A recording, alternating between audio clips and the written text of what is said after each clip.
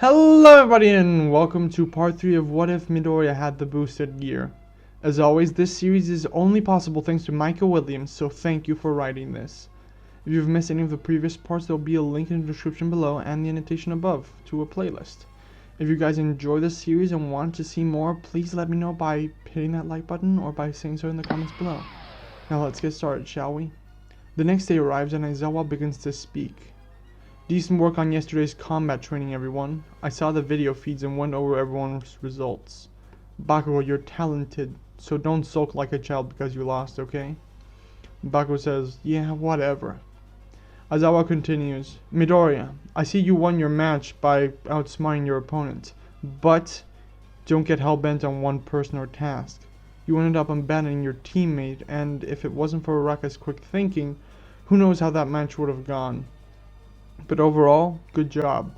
Midoriya says, thank you, sir. I'll try harder next time. Aizawa then says, let's get down to business. Your first task will decide your future. The class, all on edge, think it's another quirk test. Aizawa continues speaking. You all need to pick a class representative. The class then sighs in relief, thinking, oh god, it's just normal school stuff. Then everyone in class begins to say they should be class rep and listing reasons before Ida cuts them off, yelling, silence everyone! The class representative's duties are to lead others. With that being said, it's not something everyone can do. You must have the trust of everyone in the classroom. Therefore, the most logical way to fill the position is democratically. We will hold an election to choose our leader. The class in unison think, it's pretty obvious you want us to vote for you. Kaminari says, is it really the best idea? Tsuyu adds, we have only known each other for a few days. How do we know who we can trust? Kirishima says, besides, everyone will just vote for themselves. Ida says, most people will, but that means whoever does get the most votes must truly be the most suitable person for the job. In the end, Midoriya wins the election with 3 votes. And Excited says, hell yeah, I did it! Bakugo, pissed off, says, alright losers, who voted for him?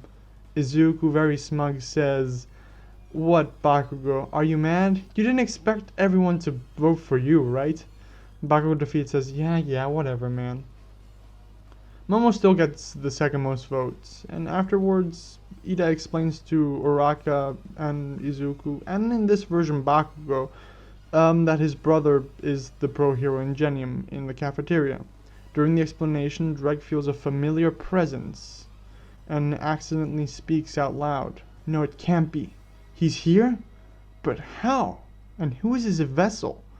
Izuku curiously asks, what was that, Dreg? What are you talking about?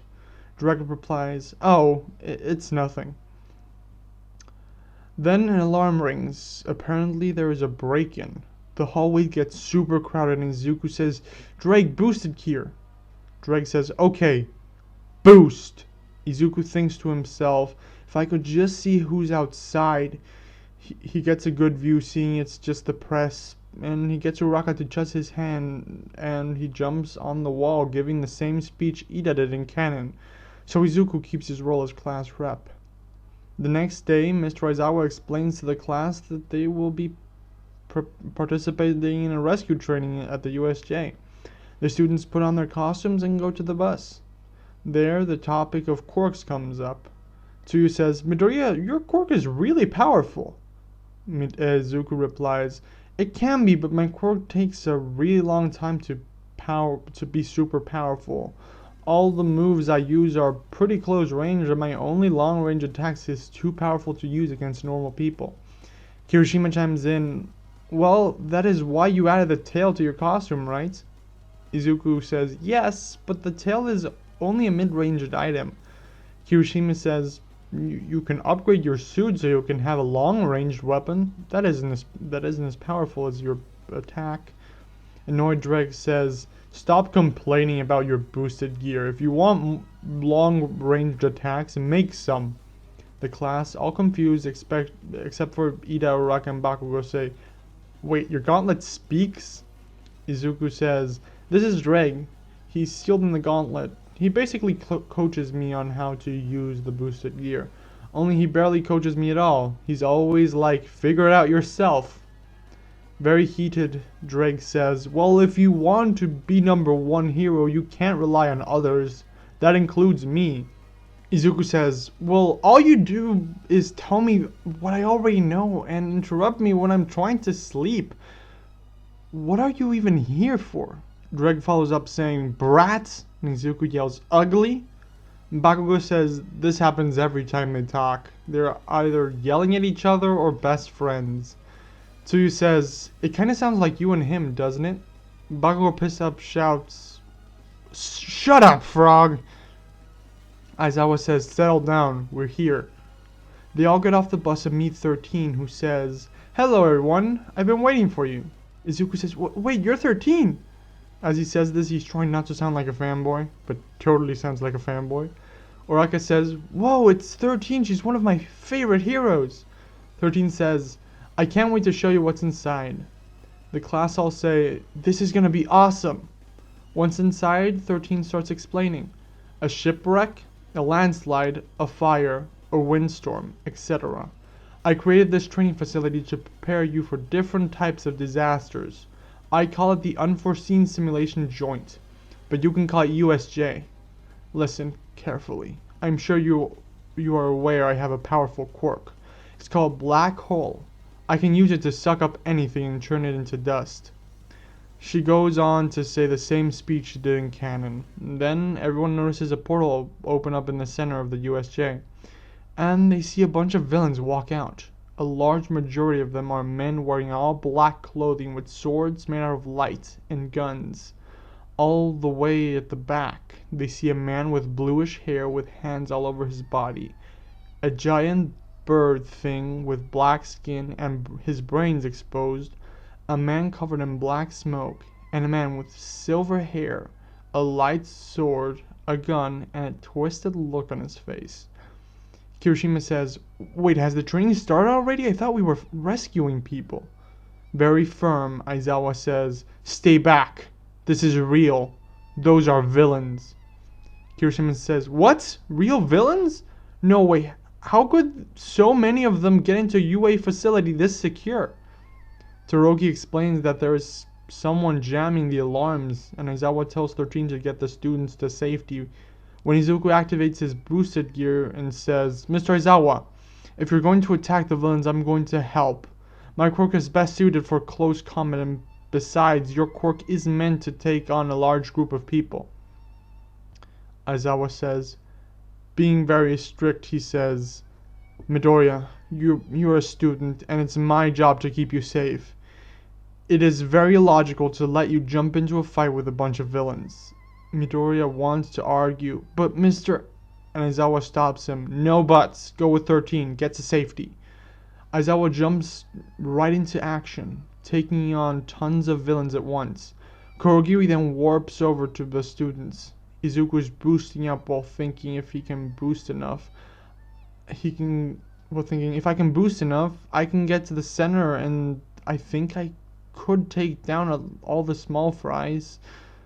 But the three in the back. Izuku's train of thought is disturbed when Bakugo and Kirishima jump in to attack Kurogiri. In response, Kurogiri randomly warps everyone, excluding a couple of students, into different zones of the facility. Izuku falls into the water, and with his quirk thinking, he begins to swim up to the boat when a villain charges at him underwater. Izuku thinks to himself, damn, not an underwater hero. I don't know how useful I'll be here. He is then saved by Tsuyu, who takes him up to the boat. When Mineta, Tsuyu, and Izuku get on the boat, they start to think of a plan, so they start discussing their quirks. Izuku says, well, my strength doubles every 10 seconds. I can rush the boost to happen one after another, but it's more tiring. I can also transfer the energy I build up into other people or objects. But if your body isn't prepared, you can pass out or even explode. Shockman says, how do you know it will make things explode? Izuku replies, well, I tested the transfer ability on some old clothes. Mineta, with a very maniacal grin, says, you focus energy to clothes and they explode? Could you do that while someone is wearing them? More specifically, girls? He says, practically drooling. Izuku, very frustrated, says, dude, we could literally die here and you're thinking of a ridiculous way to use my quirk? Tsuyu then smacks Mineta in the back of the head. Mineta and Tsuyu both explain how their quirks work and when Izuku gets an idea. By this point, Izuku has 8 boosts and thinks he is ready to fire his signature explosion. Izuku aims his boosted gear at the ocean. Tsuyu asks, what are you planning, Midoriya? Izuku then says, grab Mineta. I'm going to jump off the ship and fire a blast. With the momentum, we should be able to get away from these guys. Izuku then jumps off the boat and fires his explosion at an angle, so the explosion propels him forward at ridiculous speeds. Tsuyu grabs onto him as Mineta throws his balls at the villains as they get stuck together. When Izuku and Izuku and Tsuyu get to shore, they see Aizawa kicking ass. But they then see the man with the twisted face and the man with hands all over his body rush at Aizawa. Freed takes the lead, trying to block Aizawa's view of Shigaraki. He takes out a gun pointing at Aizawa. Aizawa tries to dodge it, using this as an opportunity to rest his eyes. He's barely able to avoid the bullet because of how fast it was moving.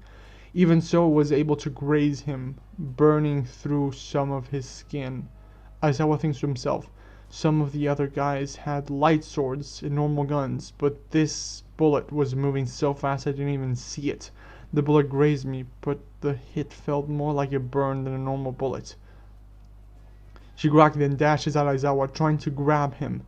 Aizawa tries to shoot his cloth at Shigaraki's ankle, but due to his ridiculous reflexes, he easily dodges. The Nomu comes out, grabbing Aizawa. He then begins to crush Aizawa's bones. Gogiri then teleports in to inform Fred and Shigaraki that Ida was able to escape. Shigaraki and Fred are pissed and Fred says, oh, so this is the League of Villains, and we can't even kill a couple of children? Pitiful. I'll show you how it is done. As he says this, he points his gun at Tsuyu and fires. Izuku puts his gauntlet in front of Tsuyu's face, protecting her from the attack, only being able to be that fast because he is boosted 18 times at this point. Fred charges at the group, activating his quirk so he can use his light blade. Aizawa manages to turn off Fred's quirk off. Izuku takes advantage of this and punches Fred with full force, knocking him back a good distance away. The fight continues a bit longer with not much happening. Then All Might arrives and tackles the Nomu off Aizawa. Izuku runs to grab Aizawa, saving him. In order to help, Izuku transfers 2 boosts to Aizawa so that he could at least stand. All Might says, yo Midoriya, Mineta, and Asui, take Aizawa and get him to safety. Midoriya says, All Might, I can give you my remaining boosts. I have about 16. All Might says, go ahead. Transfer. With this extra strength, All Might rushes at Shigaraki and does a Carolina smash. Nomu rushes in, blocking the attack. All Might then begins to lay a terrible beatdown on Nomu. We now cut to Aizawa, Izuku, Mineta, and Tsuyu as they run into Fred. He is pissed. He starts cursing and yelling at them before he finally makes a move. He activates his sword and charges at the group. Mineta, scared, throws his balls at him, screaming, "Get the hell away from us!" Fred easily dodges and slices through the balls. Izuku thinks to himself, damn, if only I hadn't given all my build up to All Might. Fred gets closer and says, I'm going to enjoy slicing you into small pieces. He gets right in front of Mineta, trying to slice him in half. Before he can, however, Aizawa raises his quirk, causing his sword to disappear. Izuku then punches Fred in the face. Boost! Izuku swings his tail, knocking Fred across the floor. Fred, with his quirk now back on, says, Why, you little...